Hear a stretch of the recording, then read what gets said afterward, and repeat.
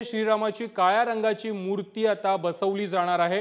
श्रीरामाच्या 3 मूर्तींपैकी एक मूर्ती आता निश्चित करण्यात आलेली आहे। गाभाऱ्यामध्ये गडद रंगाची मूर्ती बसवण्यात येणार आहे। आताच्या क्षणाची ही महत्त्वाची बातमी आहे। रामाची काळ्या रंगाची मूर्ती आता राम मंदिरामध्ये बसवली जाणार आहे। या संदर्भात अधिक माहिती देत आहेत आमचे प्रतिनिधी शिवाजी काळे। शिवाजी, 3 मूर्त्यांपैकी एक मूर्ती रामाची निश्चित करण्यात आलेली आहे आणि ही काळ्या रंगातील मूर्ती आता 22 जानेवारीला राम मंदिरामध्ये प्रतिष्ठापित करण्यात येणार आहे। काय अधिकची माहिती आहे?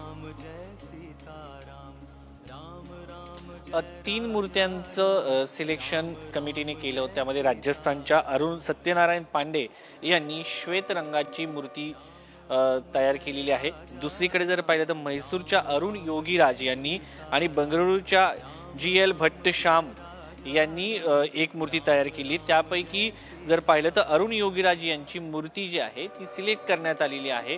काळ्या रंगाची ही मूर्ती आहे, श्याम रंग म्हणून त्यांना असं संबोधण्यात आलेलं आहे आणि भगवान श्रीराम जे बाल्य स्वरूपात या ठिकाणी अवतरणार आहेत असं म्हटलं जातं, ते त्या ठिकाणी बसवले जाणार आहेत।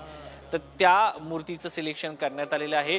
या मूर्तीवरती सेंटीमीटरवरती प्रत्येक सेंटीमीटरला एक छटा जी आहे ती आता पाहायला मिळते आणि एक वेगळं स्वरूप भगवान श्रीरामाचं बाल्य अवस्थेतलं आपल्याला पाहायला मिळणार आहे। आणि याचा जो दगड आहे, जी शिला म्हणून ओळखली जाते, ती कर्नाटक या ठिकाणाहून आणली होती, कर्नाटक राज्यातून आणली होती। त्याचे देखील वेगवेगळे संदर्भ या निमित्ताने घेण्यात आलेले आहेत।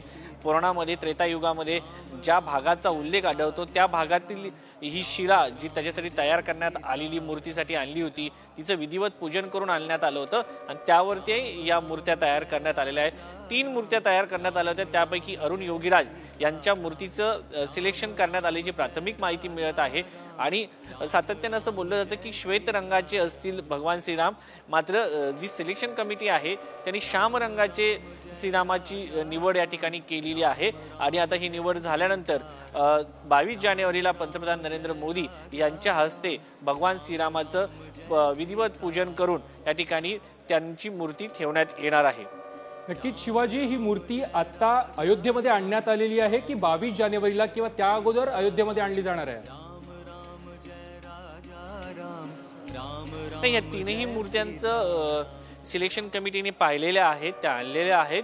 मात्र यापैकी 3ही मूर्त्यांमध्ये कोणती असावी, कारण या मूर्त्या जेव्हा आपण तयार केल्या जातात किंवा त्याचा जो शिला आपण म्हणून जो दगड ठरवला जातो त्याच्यासाठी अनेक जे रॉक जे एक्सपर्ट असतात, म्हणजे दगडाच्या त्याची संरचना, हा दगड किती दिवस टिकू शकतो, हा मूर्तीसाठी योग्य आहे की नाही, या सगळ्या गोष्टींचा विचार करून ती मूर्ती सिलेक्ट केली जाते। आणि या सगळ्या गोष्टींचा विचार केलेला आहे। भारतातील जे एक्सपर्ट आहेत, सरकारी एक्सपर्ट जे आहेत, त्यांची देखील यासाठी मदत घेण्यात आली होती। त्यानंतर हा दगड सिलेक्ट करण्यात आला होता आणि त्या दगडाची विधिवत पूजा करण्यात आली। ही पूजा झाल्यानंतर त्याची मूर्ती तयार करण्यात आली आणि आता त्याचं चयन समिती, ज्याला आपण म्हणतो की जी सिलेक्शन कमिटी आहे, त्या समितीने आता सध्या श्याम रंगाच्या भगवान श्रीरामाच्या मूर्तीवरती मोहर लावलेली आहे, त्यांनी ती ठरवलेली आहे आणि आता त्याचं विधिवत पूजन पंतप्रधान नरेंद्र मोदी हे 22 जानेवारी रोजी करणार आहेत। नक्कीच धन्यवाद शिवाजी, तुम्ही दिलेल्या माहिती संदर्भात।